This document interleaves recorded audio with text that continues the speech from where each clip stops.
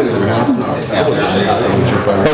good morning, everyone, and welcome to the Bullitt County Fiscal Court, August the 16th of 2022, and it's 9:30. And at this time, Mr. Larry Coy, would you mind leading us in the invocation, please, sir?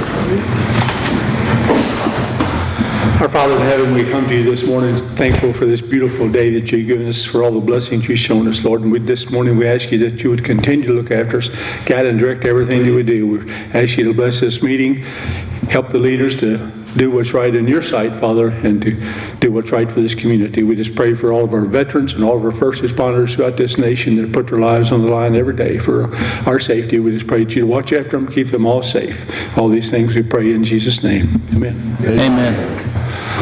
I pledge allegiance To the flag of the United States of America and to the republic for which it stands, one nation, under God, indivisible, with liberty and justice for all.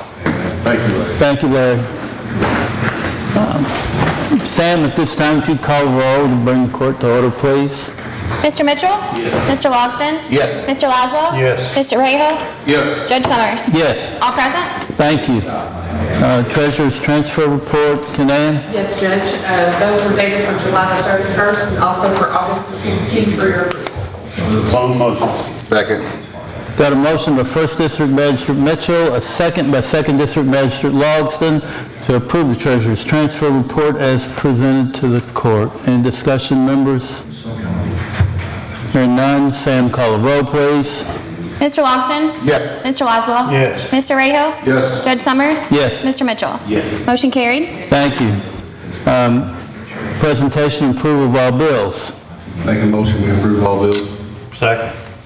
Got a motion by 4th District Magistrate Rahal, a second by 3rd District Magistrate Laswell to approve the bills as presented to the court. Any discussion, members? Hearing none, Sam, call the roll, please. Mr. Laswell? Yes. Mr. Rahal? Yes. Judge Summers? Yes. Mr. Mitchell? Yes. Mr. Logsdon? Yes. Motion carried. Thank you. Canan, your treasurer's report, please. Yes, Judge. That would be your receipt condition report and appropriation condition report and financial statement through July the 31st of 2022 for your approval. Second. Got a motion by 1st District Magistrate Mitchell, a second by 2nd District Magistrate Logsdon to approve the treasurer's report as presented. In discussion, members? Hearing none, Sam, call the roll, please. Mr. Rahal? Yes. Judge Summers? Yes. Mr. Mitchell? Yes. Mr. Logsdon? Yes. Mr. Laswell? Yes. Motion carried. Thank you. And the minutes have been delayed. Presentations. Justin, we have a addition to the agenda. Justin Moore, our Director of EMA, has spent some time in coordination with the cities of Hillview and Mount Washington. Went up to Eastern Kentucky, and Justin, take it away. Good morning, everyone. Good morning. So you can see here, we had the health department lend us a trailer for the last week that we were able to take donations, and we were able to deliver these to Breathitt County. So this first picture here is a pallet and a half of sanitizer that we were able to hand out, and that went to multiple counties as a distribution hub, including their health department.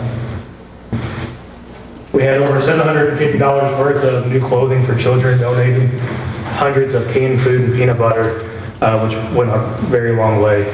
Household products like cleaners, spray bottles, brooms, paper towels, so over 150 pounds of dog and cat food. Generators, blow-up air mattresses, and quilts. We were also requested by Breathitt County Emergency Management to deliver the goods to the more rural area of the county, so we were able to utilize the side-by-side that we got a month early, and we ended up delivering over 320 meals, 40 cases of water, and several supplies for cleaning supplies. And you can see in the pictures there some of the damage. The top right picture, you can see the house that's left. Bottom right, that one's totally collapsed, and then the bottom left one, where the entire side was ripped off. And then just some extra pictures that we found along the way. Vehicles overturned. The bottom right, that was actually still a grassy area several feet of mud. And then the top right picture is a house that's actually slid down the road. The left one was a church, and then so there's some more debris. Let's go down. But thank you all for allowing us and making the point of contact so we can deliver those goods to everyone in the area. And Chief Morris, I know you're on to speak at the end, but I think it'd be appropriate for you to speak now, if you would, please. Come up. Love it. Okay.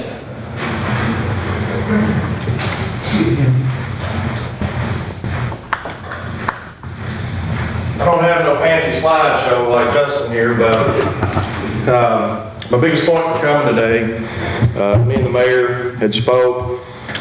They had needed some, down in Eastern Kentucky needed some police cars, so not trying to give kudos to us, but to put into perspective, we had the cars, but we didn't have a way of getting them down there. And in less than 2 hours, Justin and his crew was able to come up to our city. They got our police cars, they delivered them, they got themselves back. We did nothing other than donate the cars, but I wanted to give a good kudos to those guys, best EMA crew that anybody could ask for. I hope one day if we ever have a tragedy, the same thing would be returned to us, but I feel confident that we are in great hands. So I just wanted to come in today and let everybody know what these guys do, how much I appreciate them, how much the city appreciates them, and the mayor does, and we're very thankful. That was it. Thank you, Chief.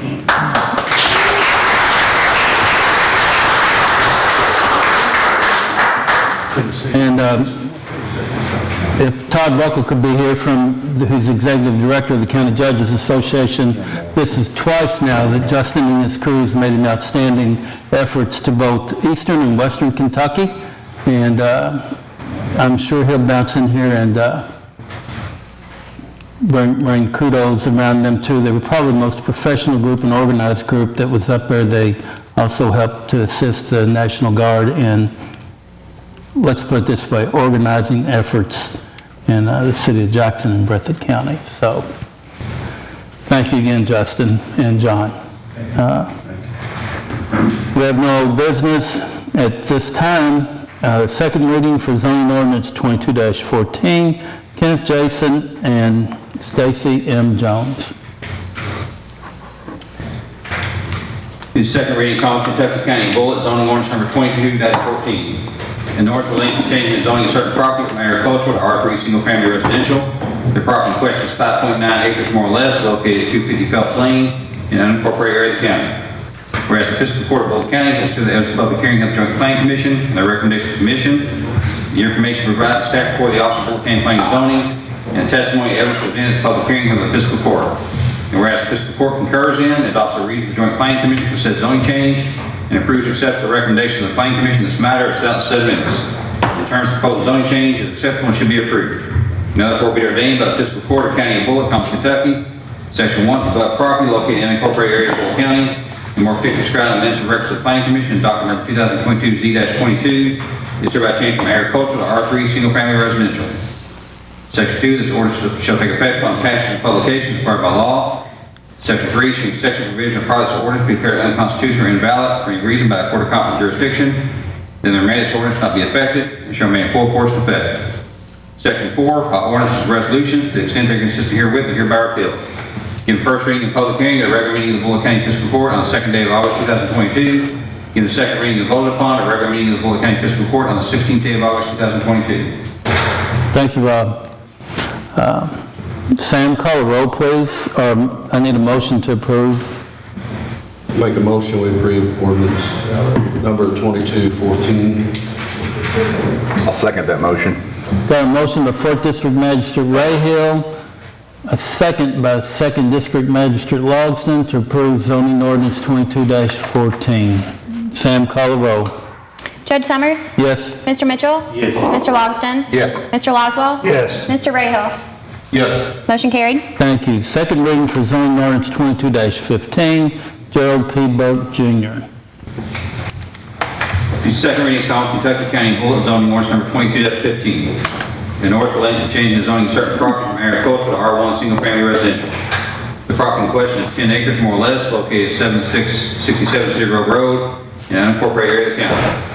Whereas the Fiscal Court of Bullitt County consider the evidence of public hearing of the Joint Planning Commission and the recommendation of the Commission, the information provided in staff before the Office of Bullitt County Planning and Zoning, and testimony and evidence presented at the public hearing of the Fiscal Court. And whereas the Fiscal Court concurs in and adopts the reasons of the Joint Planning Commission for said zoning change, and approves and accepts the recommendations of the Planning Commission in this matter, as set out in 7 minutes, in terms of proposed zoning change acceptable and should be approved. Now therefore be ordained by the Fiscal Court of the County of Bullitt, Kentucky, Section 1, the above property located in the unincorporated area of Bullitt County, and more particularly described in the minutes and records of the Planning Commission in document number 2022Z-34, is hereby changed from agricultural to R1, single family residential. Section 2, this ordinance take effect upon passing publication required by law. Section 3, any section provision of products or ordinance be declared unconstitutional or invalid for any reason by a court of competent jurisdiction, then the remainder of this ordinance shall not be effective and shall remain in full force and effect. Section 4, ordinances and resolutions, to the extent they are consistent herewith and hereby repealed. In first reading and public hearing, a regular meeting of the Bullitt County Fiscal Court on the 2nd day of August 2022. In the second reading and vote upon, a regular meeting of the Bullitt County Fiscal Court on the 16th day of August 2022. Thank you, Rob. Make a motion, we approve ordinance 2215. Second. Got a motion by 4th District Magistrate Ray Hill, a second by 3rd District Magistrate Laswell to approve zoning ordinance 22-15. Sam, call the roll. Mr. Mitchell? Yes. Mr. Logston? Yes. Mr. Laswell? Yes. Mr. Rahal? Yes. Judge Summers? Yes. Motion carried. Thank you. Second reading for zoning ordinance 22-16. Jeremy Miller. In second reading, Common Kentucky County Bullitt, zoning ordinance number 22-16. An ordinance relating to changing the zoning of certain property from agricultural to conservation. The property in question is 3.023 acres more or less, located at 355 Eddington Lane in an unincorporated area of the county. Whereas the Fiscal Court of Bullitt County has considered the evidence of public hearing of the Joint Planning Commission and the recommendation of the Commission, the information provided in staff before the Office of Bullitt County Planning and Zoning, and the testimony and evidence presented at the public hearing held at the Fiscal Court. And whereas the Fiscal Court concurs in, adopts the reasons of the Joint Planning Commission for said zoning change, and approves and accepts the recommendation of the Planning Commission in this matter, as set out in 7 minutes. In terms of proposed zoning change acceptable and should be approved. Now therefore be ordained by the Fiscal Court of the County of Bullitt, Kentucky, Section 1, the above property located in the unincorporated area of Bullitt County, and more particularly described in the minutes and records of the Planning Commission in document number 2022Z-37, is hereby changed from agricultural to conservation. Section 2, this ordinance takes effect upon passing the publication required by law. Section 3, any section provision of products ordinance be declared unconstitutional or invalid for any reason by a court of competent jurisdiction, and the remainder of this ordinance shall not be effective and shall remain in full force and effect. Section 4, all ordinances and resolutions, to the extent they are consistent herewith, hereby repealed. Given first reading and public hearing, the regular meeting of the Bullitt County Fiscal Court on the 2nd day of August 2022. Given second reading and vote upon, a regular meeting of the Bullitt County Fiscal Court on the 16th day of August 2022. Thank you, Rob. Make a motion, we approve zoning ordinance 2216. Second. Got a motion by 4th District Magistrate Ray Hill, a second by 2nd District Magistrate Logston to approve zoning ordinance 22-16. Sam, call the roll. Mr. Logston? Yes. Mr. Laswell? Yes. Mr. Rahal? Yes. Judge Summers? Yes. Mr. Mitchell? Yes. Motion carried. Thank you. Second reading for zoning ordinance 22-17. Curtis David Hatfield, Christopher Charles Hatfield, and Brock Allen Hatfield, Core 5 Industrial Partners. Rob? In second reading, Common Kentucky County Bullitt, zoning ordinance number 22-17. An ordinance relating to changing the zoning of certain property from agricultural to IL light industrial. The property in question is 28 acres more or less, located at 466 Claremont Road in an unincorporated area of the county. Whereas the Fiscal Court of Bullitt County has considered the evidence of public hearing of the Joint Planning Commission, the recommendation of the Commission, the information provided to staff before the Office of Bullitt County Planning and Zoning, and testimony and evidence presented at the public hearing held at the Fiscal Court. Whereas the Fiscal Court concurs in, adopts the reasons of the Joint Planning Commission for said zoning change, and approves and accepts the recommendation of the Planning Commission in this matter, as set out in 7 minutes. In terms of proposed zoning change acceptable and should be approved. Now therefore be ordained by the Fiscal Court of County of Bullitt, Kentucky, Section 1, above property located in the unincorporated area of Bullitt County, more particularly described in the minutes and records of the Planning Commission in document number 2022Z-38, is hereby changed from agricultural to IL light industrial. Section 2, this ordinance take effect upon passing publications required by law. Section 3, should any section provision of products or ordinance be declared unconstitutional or invalid for any reason by a court of competent jurisdiction, then the remainder of this ordinance not be effective and shall remain in full force and effect. Section 4, all ordinances and resolutions, to the extent they are consistent herewith, are hereby repealed. Give first reading and public hearing of the regular meeting of the Bullitt County Fiscal Court on the second day of August 2022. Give second reading and vote upon a regular meeting of the Bullitt County Fiscal Court on the 16th day of August 2022. Thank you, Rob. Make a motion, we approve ordinance number 2217. Second. Got a motion by 4th District Magistrate Ray Hill, a second by 3rd District Magistrate Leswell, excuse me, Joe, to approve zoning ordinance 22-17. Sam, call the roll, please. Judge, can I speak real quick? Sure. Just a comment on this one out here. I absolutely don't like a lot of warehouses. We're having a community warehouse function, I guess. But if you go around the town, you can, for an example, if you look at the one on 61, it's in Shepherdsville. No buffers. The turning lane is going in the middle of these people's front yard. It's amazing that they couldn't put that on the other side. The reason I'm saying that is if you look at this property, we went out and looked at it and we went through everything, and I don't know these people, I know Eric, but I don't know the other people from Adam. But they're putting up one heck of a buffer between us. They're not even putting an entrance in, they're using the existing entrance on 245 that already has a turning lane on it. You won't even notice what these other buildings, when they put this other one in, you won't even see it. It sits up back a little farther. And again, that's the way, if you're going to do warehousing, that's the way it should be done. It should be, you should work with the community instead of having people just throw stuff up on a two-lane road and just disturb all our constituents and all our citizens. But the reason we're approving this one because of, one, it's what it is there. But they went above and beyond to make this community a little better than it was when it was there. Just a statement. Thank you, Magistrate. Sam, call the roll. Mr. Laswell? Yes. Mr. Ray Hill? Yes. Judge Summers? Yes. Mr. Mitchell? Yes. Mr. Logston? Yes. Motion carried. Thank you. And thank you, Magistrate, for your comments. Second reading for zoning ordinance 22-18. Brock and Cindy Hatfield, Core 5 Industrial Partners. Bob? Second reading, common Kentucky County Bullitt zoning ordinance number 22-18. An ordinance related to changing the zoning of certain property from conservation to IL light industrial. The property in question is 5 acres, more or less, located at Claremont Road, an unincorporated area of the county. Whereas the Fiscal Court of Bullitt County has considered the evidence of the public hearing of the Joint Planning Commission and the recommendation of the Commission, the information provided to staff before the Office of Bullitt County Planning and Zoning, and the testimony and evidence presented at the public hearing of the Fiscal Court. Whereas the Fiscal Court concurs in, adopts the reasons of the Joint Planning Commission for said zone change, and approves to accept the recommendation of the Planning Commission in this matter as set out in said minutes. In terms of proposed zoning change, acceptable should be approved. Now therefore be ordained by the Fiscal Court of County of Bullitt, Kentucky, Section 1, to above property located in the unincorporated area of Bullitt County, the more particularly described in the Minister of Records of the Planning Commission, document number 2022-Z-39, and hereby changed from conservation to IL light industrial. Section 2, this ordinance take effect upon passage and publication required by law. Section 3, should exception of provision of this ordinance be declared unconstitutional or invalid for any reason by a court of competent jurisdiction, then the remainder of this ordinance not be effective and shall remain in full force and effect. Section 4, all ordinances and resolutions to the extent they are consistent herewith are hereby repealed. Give first reading and public hearing at a regular meeting of the Bullitt County Fiscal Court on the second day of August 2022. Give the second reading and vote upon a regular meeting of the Bullitt County Fiscal Court on the 16th day of August 2022. Thank you, Rob.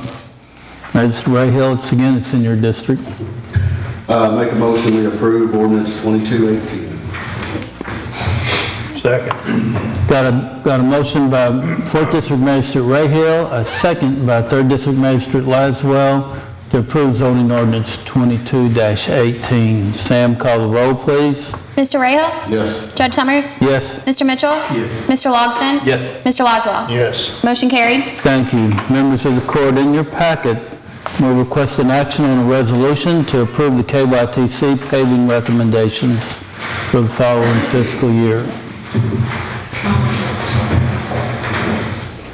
I'll make a motion that we accept the resolution concurrence with the KYTC paving recommendations as presented in our packet. Okay. Got a motion by 2nd District Magistrate Logston, a second by 4th District Magistrate Ray Hill to approve the KYTC recommendations as presented in the packet. Sam, call the roll, please. Ray Hill. It's been seconded already. Judge Summers? Yes. Mr. Mitchell? Yes. Mr. Logston? Yes. Mr. Laswell? Yes. Mr. Ray Hill? Yes. Motion carried. Thank you. Second reading and action requested on ordinance 22-13, ordinance amending ordinance 1411 relating to the Sunday alcohol sales. Rob? The second reading of Kentucky County Bullitt, ordinance number 22-13. An ordinance amending ordinance 14-11 and relating to authorizing the sale of malt beverages, wine, distilled spirits by the drink and package, the sampling of wine at any licensed Kentucky small farm winery, the sampling of distilled spirits at any licensed Kentucky distillery on Sundays in Bullitt County, Kentucky. Whereas KRS 244.2904 authorizes the fiscal court to allow for Sunday sales of distilled spirits and wine at retail by authorized licensees. And whereas KRS 244.4804 authorizes the fiscal court to allow for Sunday sales of malt beverages by authorized licensees. Whereas KRS 243.155 allows licensed small farm wineries to sell wine that they have bottled would have been bottled by another small farm winery and to serve complimentary samples of wine that they have produced. Whereas KRS 243.0305 allows for providing samples and sales of private selection and souvenir packages by distilleries that obtain a souvenir retail liquor license. Whereas fiscal courts in Kentucky are authorized to enact legislation to promote and support the local tourism industry. Now therefore be ordained by the fiscal court of County of Bullitt, Commonwealth, Kentucky. Section 1, sale of samples of distilled spirits, wine, and malt beverages by the drink and package. Subsection A, any premises licensed to sell distilled spirits, wine, and malt beverages by the drink or by the package may do so in accordance with the laws of the Commonwealth of Kentucky. Subsection B, any premises licensed to serve complimentary samples of distilled spirits, wine, or malt beverages may do so in accordance with the laws of the Commonwealth of Kentucky. Subsection C, for Monday through Saturday of each week, the sales referenced in subsection A and the samples referenced in subsection B shall be limited, if at all, only by Kentucky revised statute or regulation of the Department for Alcoholic Beverage Control. Subsection D, for Sunday, the sales referenced in subsection A and samples referenced in subsection B shall take place only from 10 a.m. until 11 p.m. Section 2, severability. Between section provision of part of this ordinance be declared unconstitutional or invalid for any reason by a court of competent jurisdiction, then such section, provision, or part shall be deemed separate, distinct, and independent, and the remainder of this ordinance shall be effective and shall remain in full force and effect. Section 3, inconsistent ordinances repealed. All ordinances, resolutions, or parts thereof, to the extent they are consistent herewith, are hereby repealed. This ordinance take effect upon passing publication required by law. Give first reading of regular meeting of the Bullitt County Fiscal Court on the 2nd day of August 2022. Give a second reading and vote upon a regular meeting of the Bullitt County Fiscal Court on the 16th day of August 2022. Thank you, Rob.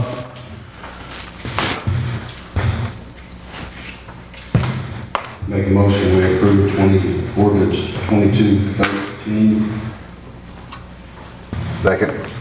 Got a motion by 4th District Magistrate Ray Hill to approve zoning ordinance, not zoning, or ordinance 22-13, a second by 2nd District Magistrate Logston. Any discussion, members? Sam, call roll. Mr. Mitchell? Yes. Mr. Logston? Yes. Mr. Laswell? Yes. Mr. Ray Hill? Yes. Judge Summers? Yes. Motion carried. Thank you. Number 8, actions requested on the 2020 EMA grant program, matching funds of $59,952.96 for a mobile command trailer. And John, if you would at this time, please come up, because this is a matching grant, and it's a, I'm going to preface this right now. I appreciate your all's hard work and the ability to be able to secure this grant upon approval by the court. Thank you, sir. Thank you, sir.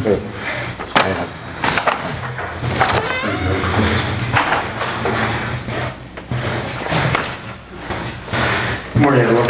Good morning. Been working on 2 grants for the repeaters. It's a EVRS, it's a digital vehicular repeater system, and a mobile command trailer. They both got approved by the state. The funding is coming from excess state funding for the counties. The repeater is to be used with a critical incident, same as the trailer. It's for a rural area that it might not have good radio reception. It's a quick deployable repeater. It's going to be in a hard case. We plug it to our vehicles, turn it on, radio signal. It can also restore communications if a radio tower goes down from a tornado, any natural disaster. Like he said, it's $59,952, and the county's cost share will be $29,976. With the command trailer, it's a 20-foot white lumber pool enclosed trailer that has a generator, a 25-gallon tank, LED lights, comes with desks, cabinets, has cargo doors, has a 14-foot rollout canopy, has heat and AC, and already has the electrical outlets ran. The county share for that one would be $28,138. For a total of $59,972. Yes, sir. Good. Thank you. Thanks for preparing this and, your hard work trying to find the additional money that's out there. I know there's a lot of grants and stuff, but it takes hard work finding it and securing it, so thank you all for doing that. And any other questions of John? And what this will take our, what I'm going to say, our EMA to the next level in the area, because I hope we don't ever have the same opportunities as Eastern and Western Kentucky with disasters, okay? But it is a matching grant, and this is a 2-for-1. And I'm going to make the motion to approve the match for fiscal court. I'll second that motion. And I have a second by 2nd District Magistrate Logsdon. Any other discussion, members of the court? No, I just love that, thank you all. Mr. Morris left with Mount Washington Police Department, but even if it's something that we can't serve our own constituents and members of our own community, it's so nice to see us step outside and help, other people in our, in our state or other people in the area. So, I think this is something that could benefit not only our county, but maybe even surrounding areas and stuff. So I love seeing us help out others, because I do think there will be a time when we need help, and hopefully people, will step up just like we've done. So thank you all for what you all done. And once again, thank you for the work finding that money. So sometimes it's hard to, when you're getting something half price, because, I think we got to take advantage of it. So thank you all. I have a question. Does the money come from the general fund, or where does the money come from that we give to that program? It'll come, all money comes from the general fund to begin with anyway. And then it's allocated. Delegated to what area? It'll be dedicated to the grant and to EMA. Will that be a yearly thing? No, it's just a one-time deal. And we have to room on our budget for that?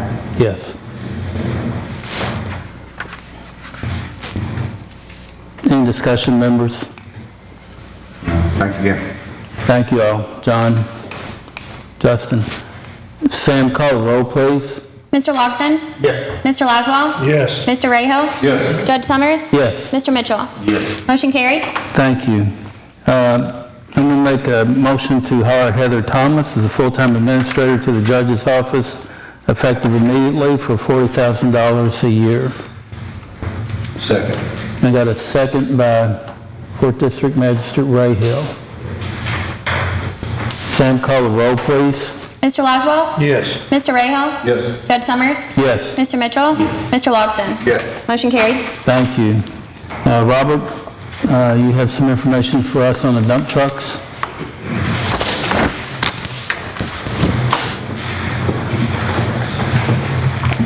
Morning.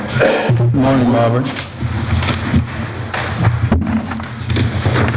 Dump trucks. Touchy. We put out a bid back in June for 2 dump trucks. And all we've got in is International and Mack. So without a doubt, the International's a lot cheaper and something we already got, so something we're prepared to work on.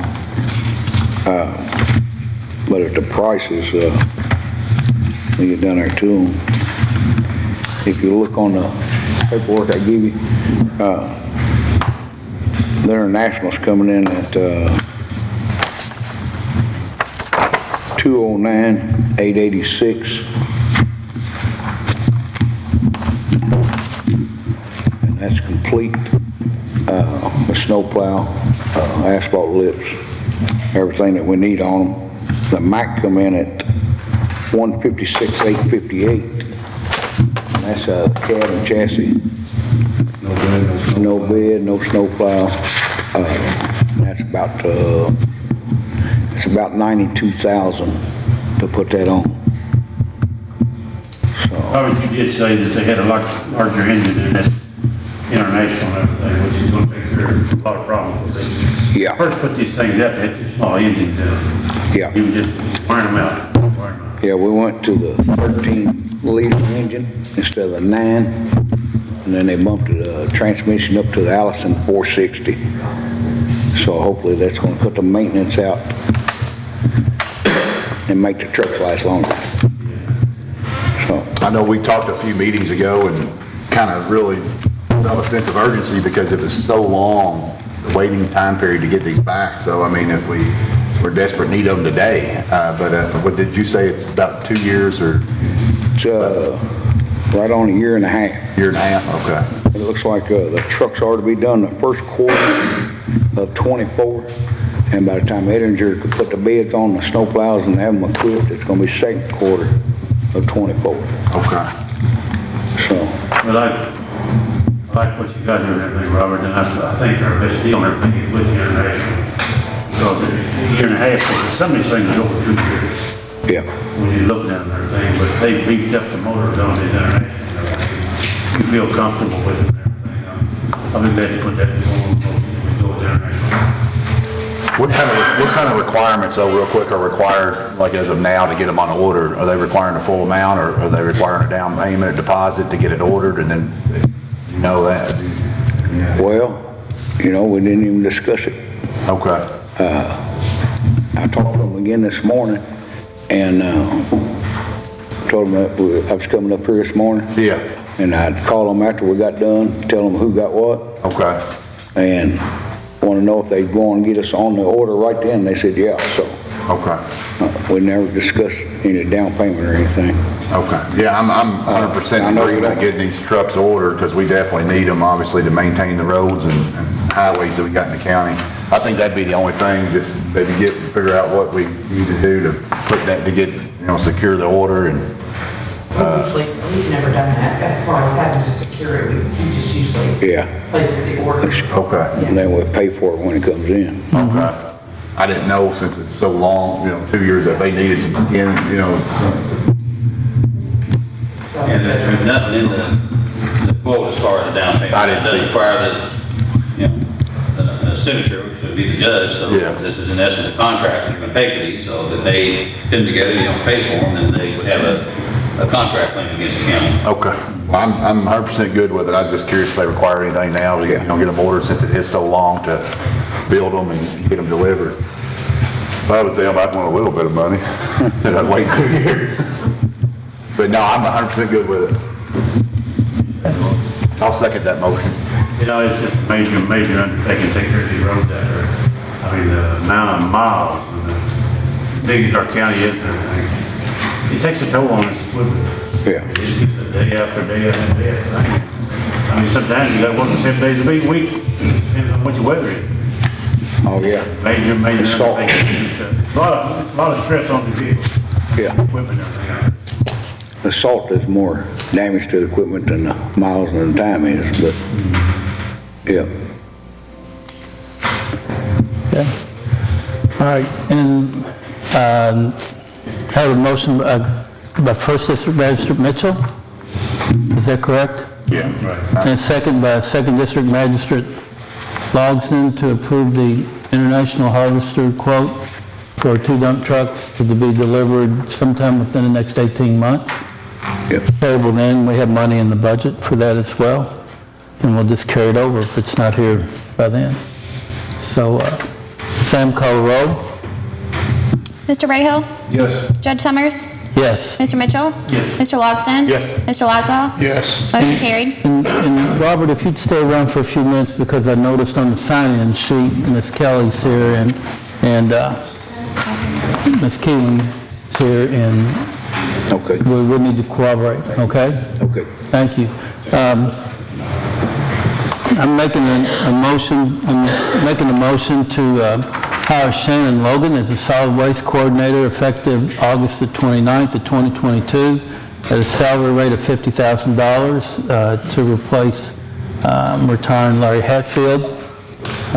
He comes to us with stellar qualifications from Louisville Metro. And if you have any questions, please address them to the group who hired him, or is making the recommendation. Second.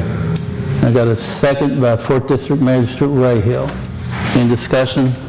Well, I just gonna say, we always said it would take two people to take Larry's job. You see Shannon, he looks like two people. There you go. 6'6", he's a big old fella. So. Yeah. There you go. Well, he does a good job. Does a good job, Tony. He's got qualifications. He does. There you go. And very professional in what he does.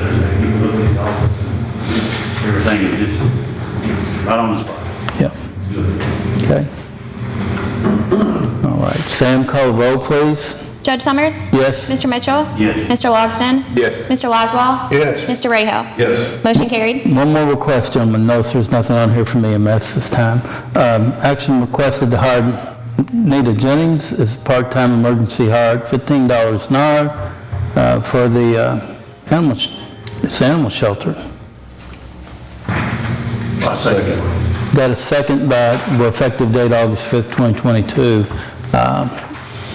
Got a second by 1st District Magistrate Mitchell. Sam, call the roll. Mr. Mitchell? Yes. Mr. Logsdon? Yes. Mr. Laswell? Yes. Mr. Rayhill? Yes. Judge Summers? Okay, thank you. We do have a sign-in sheet, but before we get to all that, I know, Mary, your schedule is busy. I've been around you a lot, and I thank you for working with us over the last 4 years, 3.5 years. But I'd like to recognize Mary Armstrong, who's here today as well. Thank you. And we can't say enough good things about our partnership, and, you know, I'm sorry your city's going to be tore up for the next Makes life easy. 4 years. I appreciate all of you all. Yes, sir. Teresa, Preston, thank you for being here again, Lebanon Junction City Council, and Kevin Mooney. Thanks, Kevin, for bouncing in. So at this time, Daryl, can you help me with your last name, please, sir? No, I don't want to butcher it up, so if you'll tell me one time, I'll have it. McCarr. Yeah. McCarr. Hard. Okay, all right, Lost that word. okay, Not very good at that. all right. This is my first time. I'm a little bit nervous sometimes. That's okay, well, just calm down. You want a cup of coffee or a No, glass of I water? or like something? coffee gets me out. Okay. I'm here. I'm not against him right there, not like that. I think I seen some of your police department just not out there half the time when I'm out there. Some right there. I've been living in this county over 40 years. Okay. And I've seen a lot of things happening in this county. Some don't, some does. I've seen more police officers here about late at night, about around between 12 and 1 and 2 o'clock. They're gone. They disappear. You can drive around here between 1 and 2 o'clock in the morning, you go through that red light about 40 miles per hour. I done the same thing over in LJ, something here yesterday. There's not an officer over, not one police officer. You can go through there. I went through there about 45 miles. I shouldn't have done that. But there's nobody around. I mean, I catch more people, break more laws in here each every day. I'm not an officer. If I was, I'll be doing their job. But I catch more people who went through red lights here yesterday. Three cars went right to the red light up here. Almost got hit about that much. I seen some right there speeding. Tag expires, headlights out, brake lights out, everything out. I catch more of it. If I call it in, it takes about an officer, maybe about 35 minutes to get there, and that guy be gone. It's a shame. So I guess where we're at with that today, I know on the county side of things, the sheriff, I'm not going to speak for him, but I'm going to right now. I'm going to enhance his, I can see he's poised to comment. He has a patrol unit of 20 folks that patrols the county in the evenings. They assist the cities when they can, of which his main focus is eastern and western ends of our county, He has Mr. Mills, who's his, what I'm going to say, his chief of the patrol unit.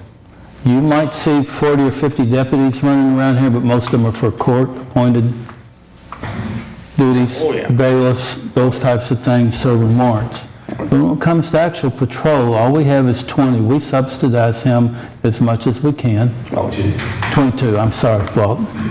So our funding is paying off. So, okay. I see less of your city officers are out, not very much, right, but most. But sometimes I can catch them somewhere in the police department, sometimes I catch them everywhere. Well, and to help you a bit for clarity. I'm not trying to be cruel to them. No, but for clarity, we can only suggest to the cities. We have no real jurisdiction over them. We work with them hand in hand the best that we can. But as far as saying, hey, you got to have 2 or 3 more or whatever, we can only suggest. I live in Shepherdsville too. It says here you're on Eastview. I live over on Salt River. Yeah, Drive. where's that? So it's there's opportunities, I'm sure, for all emergency services. We've done so much as a county in the last 3.5 years with the Sheriff's Department, with our EMS and our EMA to improve those services. And I'm sure we have a long ways to go yet. But when it comes to, I would encourage you to go to the city of Shepherdsville. And I done talk to them people. Okay. Well, and this is the best answer I have for you. I'm not here to hoodwink you. I'm just telling you what we do as a county, and we try to work with them the best we can and to overlap them. But we have a lot of opportunities in the county in the evenings too. So, and Walt, I'm sorry for butting in here, but that's fine, Judge. You're did outstanding, but to just expand on that a bit, if I may, Mr. McCart, the county provides a tremendous service for the sheriff's office in funding and so forth. We have worked very cooperatively with the fiscal court, and I'm very, very pleased with the level of cooperation that we get from the court. And even more so with all of the cities. Every city that we've got in the county assists us out in the county when they can, and we need that help because when I have typically, the sheriff's office has 4 people out on any given shift to cover 300 square miles. That's 4 people to cover 300 square miles. Now, when we have a call up in the eastern end of the county and we can't get there quick enough, or we can't get there, we're tied up with something else, the city of Mount Washington helps us. In the central area of the county, the city of Shepherdsville helps us. The southern end of the county, Lebanon Junction helps us. And quite often we try to help Lebanon Junction because they have a very small number of police officers for the city. And so, many times they will need us to come into the city and assist them. Hillview helps us outstandingly. Pioneer Village, wonderfully. But when you talk about, you see people running red lights now, my direction to our deputies is, I want you to focus, deputy, I want you to focus your time out in the unincorporated areas of the county, because the people in the unincorporated areas, they need assistance. Shepherdsville has a much smaller geographic area to cover, and they'll have typically 5 officers out. Yeah. Mount Washington has a smaller geographic area, and they have a number of officers out. We have typically 4, at most 5, and sometimes because of vacation or sick leave, we may even have just 3 people out to cover 300 square miles of territory. So we get thousands of calls that we have to respond to every day, or every month. And we get more calls by almost double than any other agency in the county with regard to calls that we have to cover. And that's all across the county. That's the unincorporated areas of the county. So they're doing, my guys, I don't have any complaint about where they're at and what they're doing. And please remember that when you see somebody running the red light, if I've got a deputy that's there and sees it, and they've got a number on every one of them cars, and if you happen to see that somebody runs a red light and there's a deputy there and they don't take any action, get that number and you let me know, and I'll have a discussion with them to find out why. Because if they have let them go, I'd come close to guarantee that they've got a good reason. There may be some other thing that's going on that they're dealing with. Oh, I think But, sorry to interrupt you. but at any rate, they're doing, the deputies that we have, we're very blessed to have them because they do a really good job, and we try to strive to see to it that they do. And they, you know, all these city police, they've got our back, and we do our best to have their back. And Darrell, I hope it answers your question. Oh, yeah, That's what we have. does our job too. Yeah, okay. And Judge, just to give a little more perspective, we're already, right now, halfway through August, I was just checking the numbers, we're already looking at close to 5,000 traffic violations that have been written this year in Bullitt County. Right. Yeah, That's how many court cases, and our court cases are already set out all the way through the end of October. And that's how high, because normally on Mondays when we handle the traffic docket, we'll have about 150, 200 cases on every Monday. I've seen more state police out. So they're out there writing tickets, they're out there doing a tremendous amount of work, and that's all the agencies combined. That's the sheriff, city police department, state police, but I think last year we probably total were around 7,000 or 8,000. We're gonna bypass that by a huge number this year. So that they've been picking up the traffic patrols and what they're doing tremendously. We'll probably top 10,000. It wouldn't surprise me this year. And I think, well, I'll go ahead. well, I'm just going to say, Mr. McCarty, one other thing is that the day I took office, we had 16 patrol deputies. Yep. With the fiscal court's help and the funding that they helped provide, we got that number up to 22 patrol deputies. And our population is going to continue to grow, and as it does, we're going to have more patrol deputies. And more narcotics detectives, and more CID detectives, and more this and that. And when, as the judge was pointing out, a lot of when you see numbers right around here, you may think, well, what are they doing here? How come they're not out there? Well, I've got 16 people that wear a sheriff's deputy uniform every day. They are responsible for the court security over in the courthouse. So there's 16 that you see there, but it's not that they don't have any police authority when they leave the courthouse. Okay. Just like for state police hangs around here, comes in here in Bullitt County, they do more patrol, and plus they pull more people over too. Yeah. I seen them over here about a couple of weeks ago, pick about 2 people over at the same time. Okay. Police officer did that one. Yeah. All right. Okay, well, Darrell. I was just gonna say, thanks for coming in, and I know Mayor Armstrong's here, and I know Mount Washington, they've really tried to increase their numbers as well, too.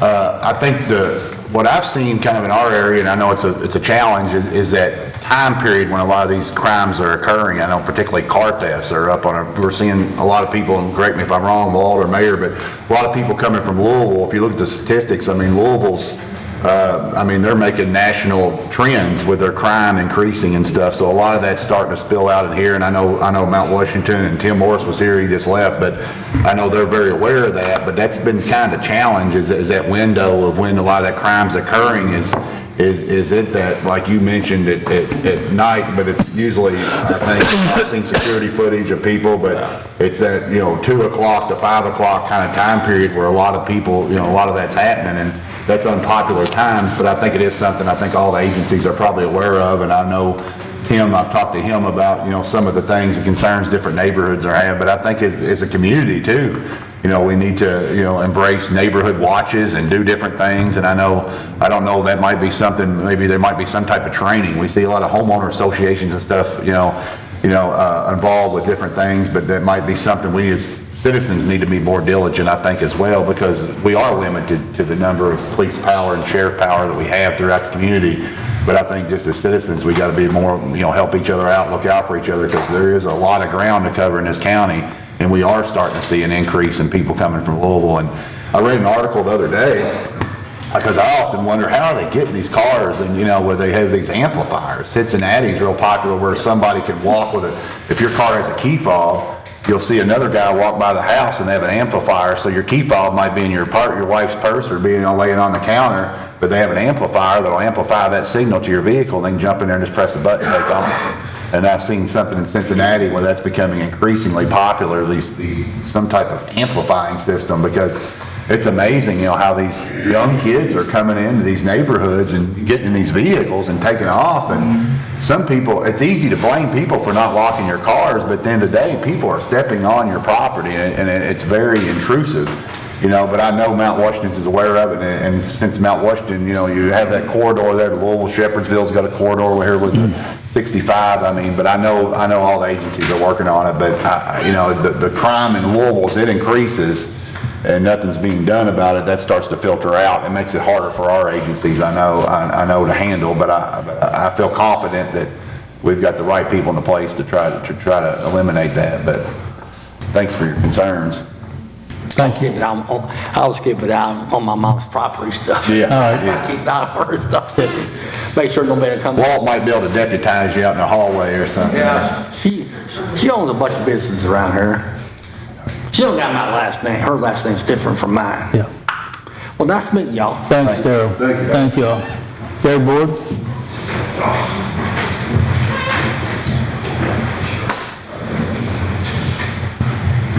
Good morning. Good morning, Gary. I'm just looking for anybody who can give me an update or tell me who to get a hold of to find out two projects on 480. One, the reconfiguration of the interchange at 65, where it stands. I know they're doing some relocation of something. I don't know if that has anything to do with that new relocate or the redoing of the interchange, and also where it stands on the widening of 480 out by Cedar Grove School to Park Loop. There for a while they were moving gas lines because they hit the water line and knocked my water out for a while, but anyway. And they've relocated utility poles. I don't think I've seen anything done on relocating the actual water lines, because we got fire hydrants sitting between what I guess is going to be the new route of Cedar Grove Road and what exists now. And it seems like for the last almost 2 months, if not 2 months, nothing's being done. It's just piles of dirt sitting there and nothing. And Gary, we'll get you an answer. We just had them all in here last Wednesday, but that wasn't the primary topic of conversation. It was more about 61, but we can assemble that same group with Matt Bullock and his team, and we'll get you an answer on all those, because those are good questions. They were then supposed to be completed by this fall, both of them. So doesn't look like that's going to happen. No, and I saw the same thing in last week or so.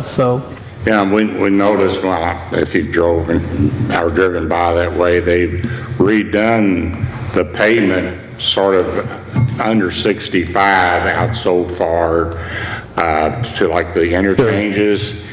And I'm just wondering, spending X amount of money to redo that, to come by in a few months and tear it all up, doesn't seem like it's a good way to spend money, in my opinion. Maybe it's, if we don't use it, we lose the money, but, I don't understand big business, I guess. Gary, we'll get you some answers. Okay. That we will. Thank you very much. You're welcome. Robin?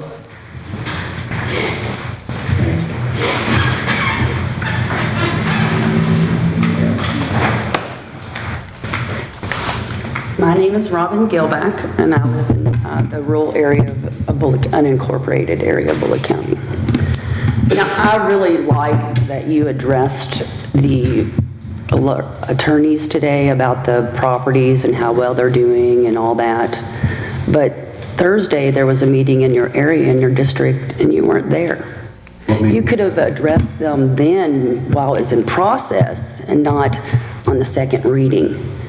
As a magistrate. Did you invite me to this meeting then? It was in the paper. You told me to refer to the paper. So I would assume as a magistrate, you would follow that procedure for you. Cedar Grove is being incorporated. It's your district. Am I right? Excuse me? Is Cedar Grove your district? Yes, ma'am. Why didn't you come to the meeting? It was posted. Everybody was invited. I don't know, ma'am. I apologize. I didn't see it. I was never invited, but I should. I feel like that's done all the time. I apologize, I didn't see it. It's not my responsibility. It's not our government, it's not my procedure, but it's theirs. So Shepherdsville is who you should go see. What meeting was But it? in the beginning, it was you. What meeting was it? There's a plan. Property of adjustments on Thursday here in this room. We can't go to that, ma'am. Why not? We can. Why wouldn't you be able to represent us? We can't see that court report come to us. You ought to do your homework once in a while and see what we can do and what we can't do. On zoning cases, since the planning commission makes a recommendation, it would not be appropriate for the fiscal court members to attend those meetings because they need to make their decision based upon what's presented in fiscal court. They get the report from that meeting. Can you watch the meeting afterwards They and get see what the community says? The staff planning zoning sends them a report and the minutes from the meeting. It has all the opposition, that lays out what all the comments were, and the staff sends that to every magistrate, sends it to every city council member If you saw the people, for the ones who go there. you want to say that. Because I attend those meetings, because I'm also counsel for the planning commission. I'm glad you're there. But I'm legal counsel, so I have to be there. It would not be appropriate for them to be there because inevitably people will be stopping them and engaging in discussions outside the meeting that would not be appropriate for them to have. Now, there's no way they can move in and out without getting stopped, so it's really not, it would present a reason for someone to challenge their decision and possibly overturn their decision. They have to be independent and neutral in making their decision based upon their record and not other things that may be conveyed to them outside of public hearings. So you cannot hear the public opinion before you're hearing it here. I hear the first reading and the second reading. But they get a copy of the entire record from that meeting for that to review. That's sent to them. 2 weeks, 3 weeks prior. Yeah. Do you And then look they have at a it? public meeting and first reading. I would think that Do you have a personal problem with me? you're my magistrate, so I And I'm didn't doing what I'm want you to supposed to serve do. for We me. just explained to you what we're supposed to do, and you didn't even apologize for it. Apologize that all this is happening, and I feel like you are the last ones to stop it. Ma'am, I understand you don't like things, but this is business. You have to He go takes about it. care of Mount Washington, I believe. I don't take care of it? What one thing did I I just do? feel like I voted Because you for didn't that. like a warehouse? That's the law. A warehouse. Yeah. Come back next time when you got something that I'm not really coming exists. back because I feel like y'all don't even care. I apologize that you feel that way. Let me say something here along that line and everything. Dennis. Many years ago, I served on the planning commission for 8 years. Started in 1982. Ethel Taylor, which was a very fine gentleman, he was a law professor at the University of Law, and I know he knew what he was talking about. But he always told us and everything, he said, fiscal court should not go to these planning commission meetings when they've got to vote on something and everything, because you're pre-hearing the case, the whole case, and I talked to Eric Ferris about that a few months ago and everything. You're pre-hearing the case, it's kind of like, he kind of put it this way, he said it's kind of like somebody goes out there and robs a bank and they want to go talk to the circuit judge about it. They can't do that because they're pre-hearing the case. And that's the same thing that he told us and everything when I was on the planning commission. Do not go to those planning and zoning boards where they're doing that. You can go and listen to the subdivision class, or you can go to the Board of Adjustments, but that does not come to us. But on the cases that come to fiscal court, that is all to be heard by the fiscal court members. And don't pre-hear those cases, because if you pre-hear those cases, that they can actually strike your vote out. So, and he told us, Ethel was a very smart gentleman and everything, and we talked a great deal and everything, and so I always took it to heart and everything, what he told us and everything. So that's the reason that you never see me at any of these cases and everything, at the planning and zoning hearings and everything, because you're pre-hearing a case that you're not supposed to do. It's supposed to be heard by all fiscal courts, because we are the legislative body, and that's the way it has to be done by law. So if I'm speaking out of turn, y'all tell me, but that's what Ethel Taylor explained to us many years ago. Okay. Dennis, appreciate your comments, but we're going to need an executive session. Rob has some legal terms to clear up on land acquisition. But right now, Rhonda, would you please come up, Keeling, please? She's become a, I don't think you've been turned away. I'm Rhonda Keeling. I'm nervous too. I live directly across the street from the two new Amazon-style buildings on 61, directly across. So the last year has been very trying for me. Not much sleep some nights. I would like to request help on reducing the speed limit there, because we do see a lot of almost wrecks. We have seen some wrecks. Supposedly there's going to be like over 1,000 employees over there once they get their businesses going. So they're going to be coming in and out, along with large trucks for delivery, shipping, receiving. I know all that's probably going to be going on as well. So although they are expanding the road into my yard, it's still the speed limit, you know, and a lot of those folks are going to be coming from Louisville, and they're not going to realize how fast people go on that road. So I would just like to see the speed limit reduced, more to help the collisions be down, damage to our properties be down. There are 5 other houses there, and the fatalities. So I'm just asking for your help to reduce the speed limit during that, in that area. I have reached out to Matt Bullitt. I did get a response from him that said I had to come to you guys. And so that's where, and he said that he would look at it. That was his response on the email, but I had to start here first. So that's all I'm asking. Okay. And I think, I mean, Magistrate Rayhill, you can jump in here at any time you want to, but I asked Robert to stay. I know Kay's here as well. Mr. Griffey is on vacation, thank God, he's taking some time off. We met with Matt and them about this as well, and about the turn lanes. And then we also went up and had a meeting with Deputy Secretary Hancock on the 6th floor of Kentucky Department of Transportation in Frankfort. And I know you've talked to Magistrate Rayhill, and he has done his job, because I think he has a proposal for you. So? Yeah, what we're trying to do is we've spoken with Matt Bullock, and you know, I don't understand, and I'm gonna just get on the soapbox for a second. 61, and I was talking to Robert, and I didn't even realize it. They built these big warehouses out here in the city of Shepherdsville, and they didn't, I don't know why they didn't make them. And Flish was in the meeting. Other companies doing. Anyway, they got all that land over there. They could have put up the whole road on that side of that road, and then if you go right past your place, there's a curve that takes left. It is. It would have took that whole curve out of that road if they would have done that, but for some reason they didn't, and I don't know the reason. So what we're trying to do is to drop that speed limit to 45 after speaking with you and them, from Salt River Bridge all the way to 245. Because a lot of them trucks going to come off 245 that way too. Right. So that's our proposal to Matt Bullock, to try to help your situation. I went out there the other day and I was just looking at, I mean, from here to that door, from your front door. Yep. And that's, I mean, trucks going 55 mile an hour, that's just a perfect problems thing right there. So if we could drop it, well, you can drop it to 45, they'll do 60. Right. You know, so, but anyway. But I would take 60 over 70. Yeah, absolutely. You know. So that's what we're proposing. I know that the judge has prepared something where a city or official can request that to the state. That's what he said. So that's kind of what we're doing, and we're hoping that he'll step up and do that.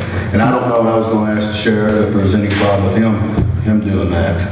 And I was going to say too, I drive 61 every day, and I pass a deputy sheriff every single day. I don't care if it's at 8 o'clock at night, if it's when I leave here, when I'm going down there, I pass one. And the good thing, you know what they do? They wave back at you when you wave at me. But anyway, I was just like, man, I've never seen the sheriff that moved. And I go to LJ for dinner or something, and I mean, there's always, I pass one everywhere. But I appreciate that. I live off Speeds Lane, and there's always one coming in and out of Speeds Lane. So But yes, that's kind of what we're proposing to do. That would Yeah, be so so- safer, because you're right, they are going to be closer to the house once Right. they expand on our side. And, you know, I'm concerned for my own safety, a big semi-truck. As he noted, we having a lot more drug activity. I've actually had to call the sheriff's office myself to say there was a man in the driveway that was crazy, and he was, and they picked him up, only because he was under the influence. So, and that is happening more and more, and I'd hate to think that, you know, my grandkids are visiting, or someone's there with me, and boom, they're off the road and into the house. Because, you know, of an excessive speed. So any speed limit reduction would be super, so that's what. Okay, so, Like I say, anything that's under our control, we're being more glad. And I appreciate you guys apologize working on that you have to deal with that there for sure, but do we need a motion on that? yes. Can I do this? Can we make a motion to do the resolution to send the Met Bullock for reduction of speed from the bridge? Yeah, fiscal court wants to Fiscal court, make a motion to authorize the judge to send that request right, to the state transportation. to 245. Do what, Hank? What'd you say? To do it on state road. Yes, to do it on state road, right. Yeah, the fiscal court can't change it, it's up to the state ultimately. Right. But the fiscal court can make the request. And- Right. And most of the time, the state, for whatever reason, you know, they're less likely to listen to you and more likely to listen to them. They should listen to you as much as they listen to anybody else because you live there, but they don't, so. And Matt- Ultimately, it's their decision, but. Right, and Matt does seem to before be making the open to it. request, Yes. They need to start the Right. process. Yes, please, make the request. That just comes down to resolution, the court, everything, to go over resolutions, everything, send it to them, ask them to fill, consider that. But don't hurt to try, so I mean, absolutely. I think with increased activity and like you said, employees and cars in and out, and I mean, people do have a tendency maybe to exceed the speed limit a little bit, but I think in mentally, you know, you see 45 and you think there might be a grace period as you mentioned, but anything to help consciously maybe keep people, you know, to slow down a little bit. I mean, I don't see what it hurts to definitely try to do that and move that along. And the judge has a great relationship with Matt Bullock and Well, people that haven't been out here before, yes, the regular folks that live here, we know it was 55, but the new folks coming, I think, would adhere to the 45, Right. because they're not gonna know it was 55. They're just gonna say, oh, it's 45, that's what I should do, you know, that's coming to work there. Right. So, all Okay. right, thank you all. You're welcome. Thank you, Rhonda. I'd like to make a motion that we do a proposal, send Matt Bullock and the state representative to reduce the speed limit from 55 to 45 from the Salt River Bridge to Highway 245. I'll second that. Got a motion by Fourth District Magistrate Ray Hill, a second by Second District Magistrate Logsdon to do a resolution to support the reduction of the speed limit on Highway 61 from Salt River all the way to the 245 interchange. Sam, call the roll. Can I ask one question? On that motion, do I need to put, like, have the county attorney draw up the resolution in support of that? Sure. Is that how you want me to word it? That'd be fine. Okay. Okay. Mr. Loxton? Yes. Mr. Laswell? Yes. Mr. Rahal? Yes. Judge Summers? Yes. Mr. Mitchell? Yes. Motion carried. Thank you. We need about a 3-minute executive session for, to clear up some contractual agreements with the county properties.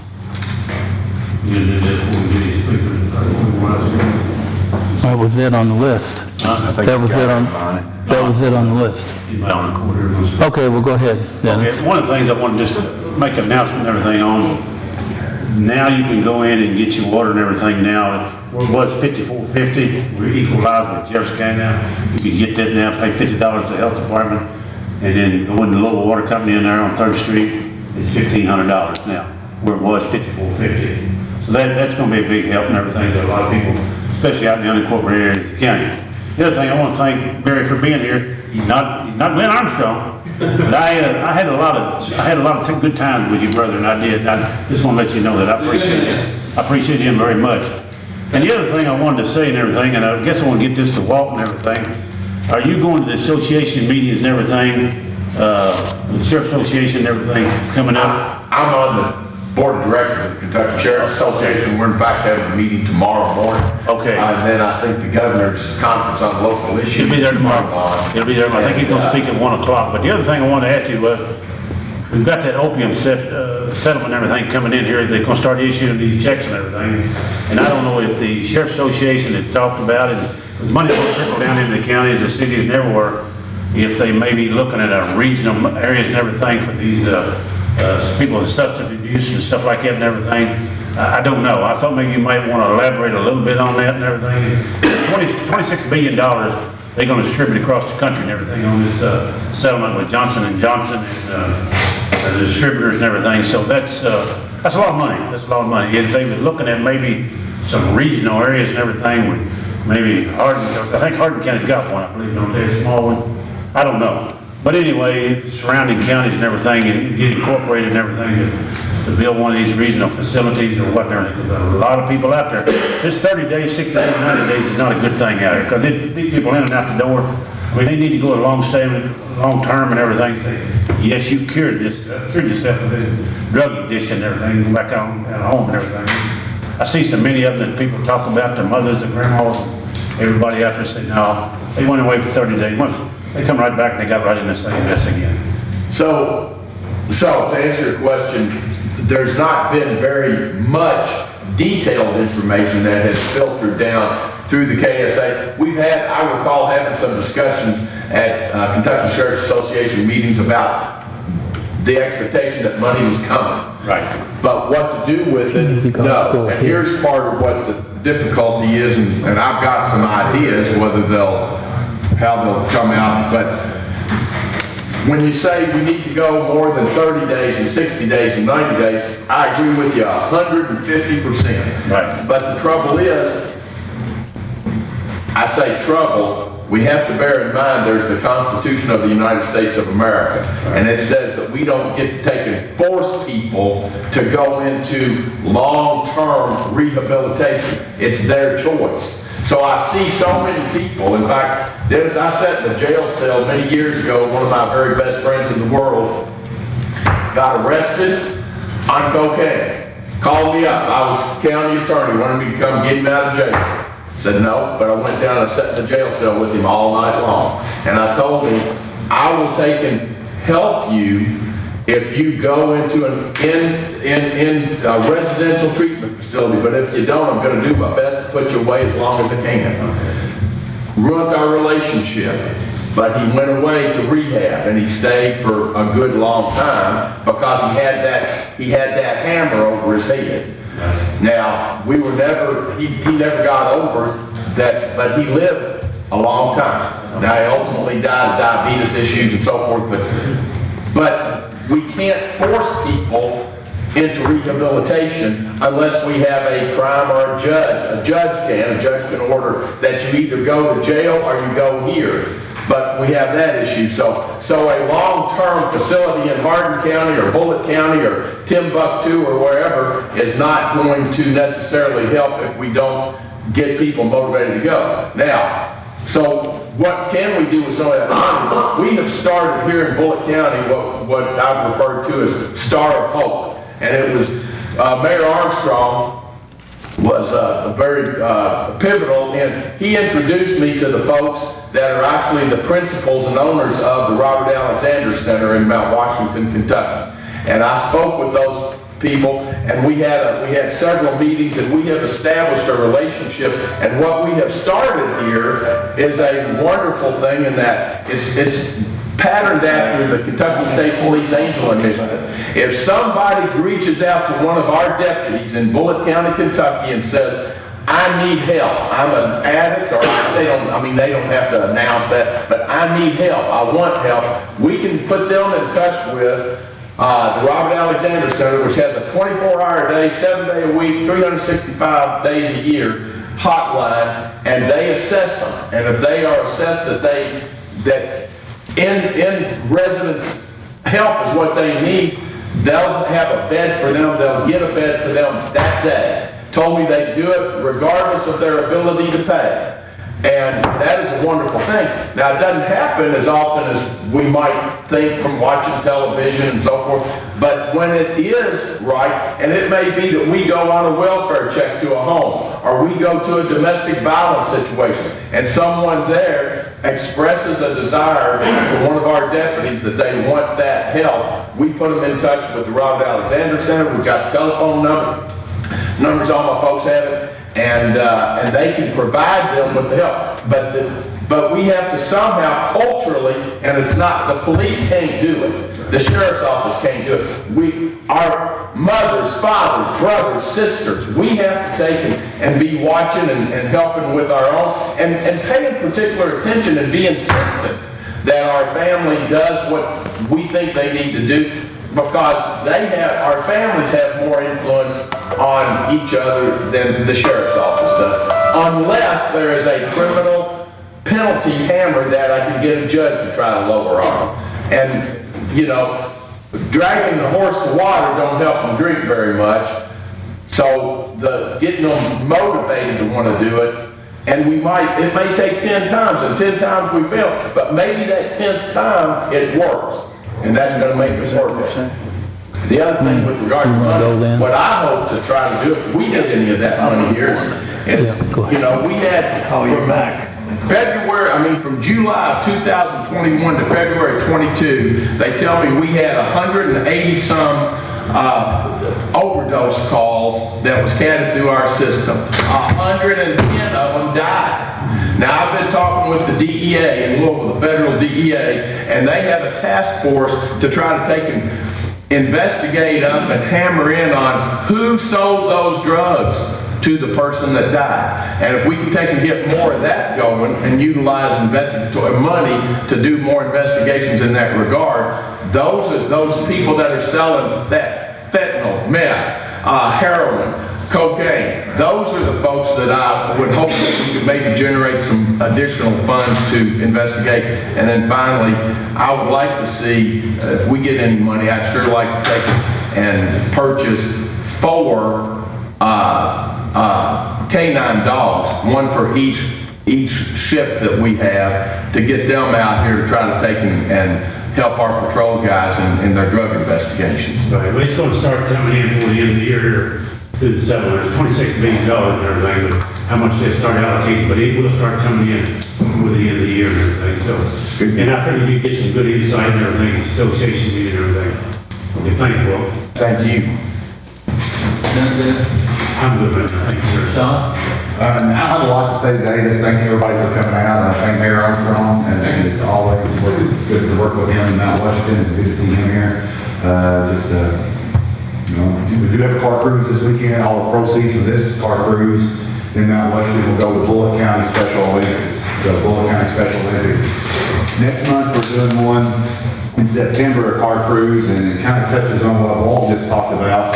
But that date is going to be, and we're teaming up with George Thurman because his daughter, their stepdaughter Morgan, passed away, and obviously from fentanyl, something that we're talking about here. So overdose is just an awful thing. But you know, George just took a tragedy and tried to turn it into something to help save lives and create awareness, and that's Morgan's mission. That one's going to be on September 17th. So they're accepting donations and anything. We'll have a little live auction, raffle, and all the money that we can raise from that car cruise will go to help support Morgan's mission, raise awareness about overdose and fentanyl and all the bad things that come along with that. So it is awful. It is.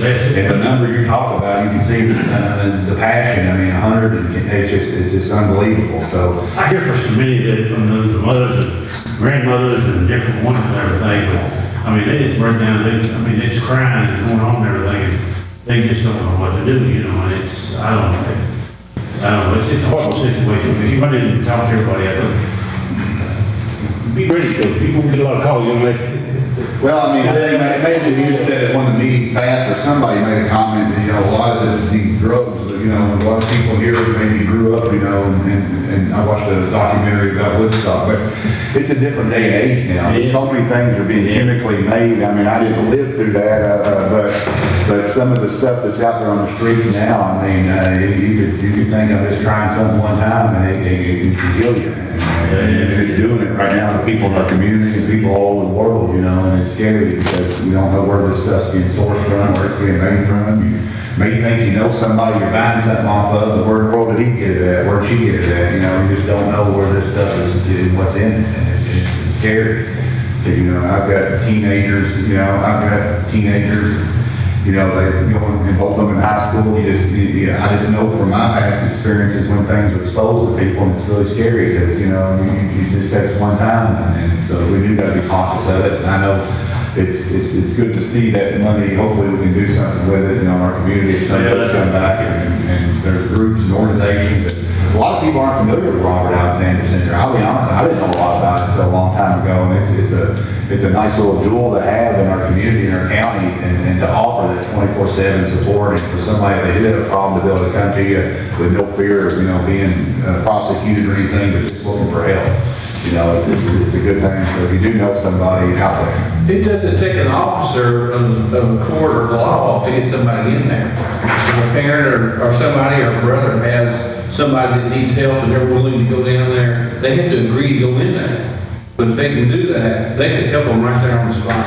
Yeah, all our guys are doing, I mean, they're just serving as a conduit, an information center, because it's a telephone number that the Robert Alexander folks have given us now, you know, and they have asked that we not take, you know, to somebody who doesn't have a problem that they need, because they have more, there's more people that need their service than there is room.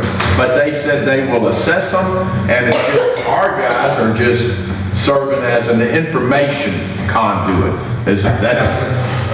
Yeah, and I think sometimes that's the key, like the mayor said, though, sometimes those people don't know where to turn, so I think that's what's important to anything, is being that conduit, whether it's your niece, your nephew, your granddaughter, your grandson, your own kid, you know, it's good to know where the resources are. And what's good about it is that there's a better chance that our deputies are going to run into somebody that needs that help than the county judges, or than that you are, that the mayor is, because they're out there, you know, they're out every day, and they're here, there, and yonder, and running into the areas where there's some tragic situations. But if people want help, it's there. We just got to make them aware of it, and then hopefully just keep them motivated to keep trying. All right, very good discussion. Mr. Rahil? I'm good. Thank you, sir. The only comment I have is, I don't know if members of the court know this, or those in attendance, that Ms. Harper's decided to, she's going to be working with me again. Unfortunately for her, fortunate for us, she's going back to Kip to be editor of economic development. And we wish her all the successes. And she's going to be missed here. And we're doing an active search now. We've had some applications already. But she's going to be around for a while to help, what I'm going to say, transfer some knowledge, quite a bit of knowledge about where we're at with planning and zoning and how to handle the planning and zoning meetings, board of adjustments, planning, plats. There's a whole lot to it. So, I think she's done a good job. I appreciate what you've done and everything. But I'll see you, Kiko, I'll see you. I'll see you. I won't go away, I promise. No. It's been a pleasure. Yeah. I'm very sad to leave. Right. But. Well, thanks for everything you did and done, and good luck with this opportunity. And it's truly an opportunity for her because it's a huge responsibility. They've got lots of funds to be able to help the communities. And we know that Felicia's been there and dear to us. And we'll continue to have that relationship with Kipton for our roads and sewers and infrastructure funding, along with recreation that we need too. So. But don't forget about the little county. No. You know, she's going to be working with a wonderful bunch of people. She really is and everything. So, and they have a wealth of knowledge. They really do that. I can't see no downside on whatsoever. It's a great I've been working with them for years, and they're good to work with, so you're going to enjoy it. they always say is if you leave something better than what you found it, well, you have. Thank you so much. Thank you very much. Thank you, Felicia. You want a motion for executive session? Yes, and it shouldn't take long. All right, I'll put that in motion. Second. Got a motion by First District Magistrate Mitchell, a second by Second District Magistrate Lawson to go out to the regular court meeting into executive session to just clean up some language in the county properties. Sam, call the roll, please. Mr. Laswell? Oh, okay.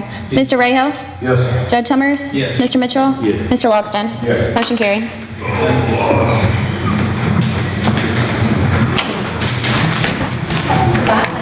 Yeah, Joe had a doctor's appointment at 11 o'clock.